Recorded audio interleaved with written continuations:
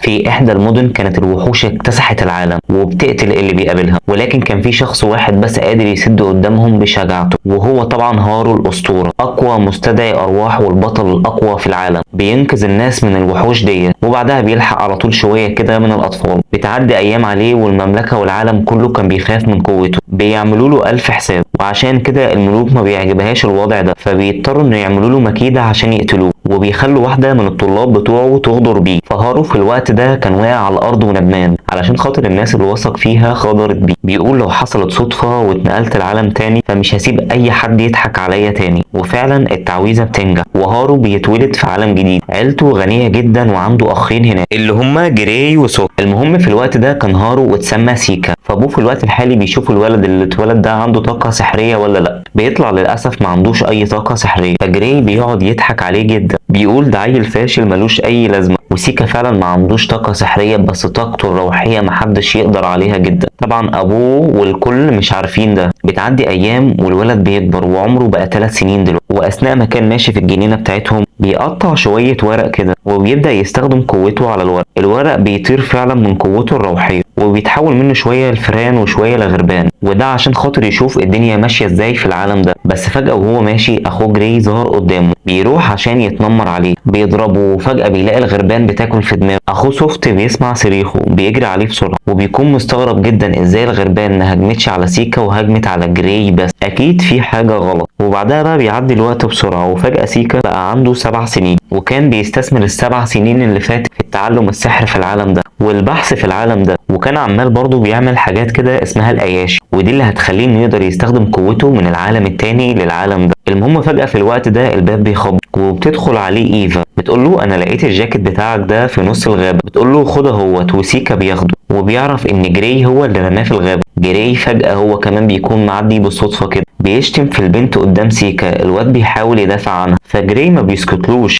بيقول له انت واحد فاشل اصلا معدوم السحر، انت قاعد فاضي وكل شوية بتضيع هدومك في الغابة، انما انا شخص ناجح وعندي سحر عالي جدا وهنضم لأكاديمية السحر قريب، فعشان خاطر كده لازم تحترمني. سيكا فجأة بيسمع الأكاديمية وبيفرح جدا، وبيقرر بعدها انه هيدخل فيها. في الوقت ده بقى ابوهم بينده على جراي عشان ياخده هو وسوفت يعلمهم السحر، وهو ماشي كده سيكا بينده على ابوه بيقول له ينفع اجي اتفرج معاك؟ ابوه فجأة بيستغرب كده ولكن في الاخر بيوافق. بيروحوا الاربعة على مكان التدريب. بيبدأ الانمي بتاعنا مع يونج وهو بيتعرض للتنمر من زمايله، بيفضلوا يستهزئوا بيه ويخلوه يقلد حركات الكلاب، وساعتها بقى واحد من المتنمرين بيتعصب عليه وبيضربه وبيقول له حتى تقليد الكلاب ما انتش نافع فيه، انت حتة خنزير مفيش منك اي فايدة، وبيضربه كمان بعدها. بعدين الواد بيروح بيته وبيقعد زعلان من اللي حصل له. بعدها بيقعد شوية كده وبيقوم يحضر لنفسه حاجة ياكلها، واثناء ما كان بيطبخ امه بتيجي من بره وبتقول له اقعد وانا هجيب لك الاكل لحد عندك، ولكنه كل ما بيبص في اي حاجه بيزعل، بيفتكر نفسه وهو بينضرب ولكن مفيش بايده اي حاجه يعمل. بيقول لامه انا عايز اتنقل من المدرسه دي، وما بيرضاش يقول لها السبب الحقيقي اللي عايز يتنقل علشانه من المدرسه. سبب ان كل الطلبه اللي في سني شاطرين وانا مش عارف اجاريهم. الام بترفض طلبه وبتقول له ان ديت حاجه صعبه جدا، انت عارف حالتنا الماديه كويس، وانت عارف ان لو اتنقلت من المدرسة دي مصاريف البيت هتزيد ومش هنقدر عليه. يونج ساعتها بيتعصب جدا وبيفضل يزعق وبيفضل يكسر في كل حاجة قدامه. بعدها بيسيبها ويمشي، وتاني يوم بقى بيروح المدرسة. بتخبط فيه بنت كده وبتكون سرحانة في التليفون بتاعها، على الرغم من انها هي اللي غلطانة بتشتمه وبتخليه يعتذر لها. واحد من العيال اللي كانوا بيضربوه كان معدي كده بالصدفة، اول ما بيشوف يونج كان فاكر ان هو بيضايقها، اتعصب واداله الكورة وقال له انزل لي تحت الملعب. واول ما بينزلوا بيخلي واحد فيهم يصوره، واتفقوا مع بعض اللي هيجيبها في وش يونج الاول هو اللي هيكسب. اول واحد شاطها في يونج بس يونج تفاداها باعجوبه، وتاني واحد حاول انه يشوطها بس للاسف جابها في وش يونج وسقط في الارض. الخسران فيهم بيتعصب جامد وبيروح ليونج وبيضربه وبيقول له ما كانش المفروض انك تفادي الكوره بتاعتي، واداله بوكس ووقعه ووقفه تاني ويقول له انا لسه ما خلصتش. بيفضل يضرب فيه في كل حته ويونج ما بقاش قادر يتحرك، وام يونج كانت جت عشان خاطر خاطر تخلص له الورق بتاع المدرسة. واول ما بتشوف الحالة دي بتتعصب وبتروح تشتم في الولد وتضربه، ولكن على غير المتوقع يونج بيدافع عنه وبيقول لها ده صاحبي وبيهزر معايا، وبيقول لها امشي يلا وما تسببليش احراج اكتر من كده، على اساس ان كل الضرب اللي هو بيتضربه ده مش احراج يعني. ولكن الام بتتاكد وبتعرف ان هو ده السبب الوحيد اللي هيخليه يسيب المدرسة ديت. وبعدين هو بيروح وبيفتح باب البيت وبيخش بيلاقي امه مستنظراه في البيت، تقول له اقعد انا محتاجه اتكلم معاك شويه. بتقول له انا كنت جايه لك المدرسه النهارده عشان احولك منها وانقلك مدرسه تانية، وبالصدفه شفت اللي حصل لك هناك. انا عارفه انك مالكش ذنب في اي حاجه بتحصل لك، عشان كده انا هنقلك في مدرسه جديده، وخلي بالك بقى من نفسك عشان هتسكن لوحدك بعد كده، وهبعت لك الفلوس كل اول شهر عشان تكمل دراستك، وما تقلقش عليا انا هبقى كويسه. يونج بيسمع الكلام ده وبيفضل يعيط عشان هيخلي امه تتحمل مسؤوليه اكبر من طاقتها. بس بعدين بيسمع كلامها وبيروح للمدينه الجديده، وبيقول لنفسه انا مش هسمح لحد يتريق عليا مهما حصل، مدينه جديده، ناس جديده، حياه جديده وكده. بيوصل عند الاوضه اللي امه مأجرها له، بس بيكون شكلها متبهدل خالص، ولكنه بيقول لنفسه اي حاجه احسن من اللي كان بيحصل لي، وبيروح يجيب بقيه الحاجات اللي امه بعتها له. وفجاه وهو ماشي بيخبط في بنت كده، وغير العاده البنت بتعتذر منه وبتقول له ان انا ما انتبهتش عشان كنت بدور على صاحبي. ويونج بعدها بيفرح جدا عشان دي اول مره حد يعامله فيها باحترام. ولكن فجاه وهما بيتكلموا صاحب البنت بيجي وبينده عليها، بس بيسالها الولد ده بيضايقها ولا لا، بس البنت بتقول له ان هي خبطت فيه بالغلط وهي ماشيه. ولو لسه متواجد لحد نهايه الفيديو، انا عارف انك اكيد المحتوى عجبك، يا ريت ما تنساش تتابعنا او تعمل لنا اشتراك في القناه، ده هيفرق معانا جدا. وكل سنه وانتم طيبين يا رب وعلى خير. ولو محتاجين تكمله الفيديو اكتبوا لي تحت في التعليقات.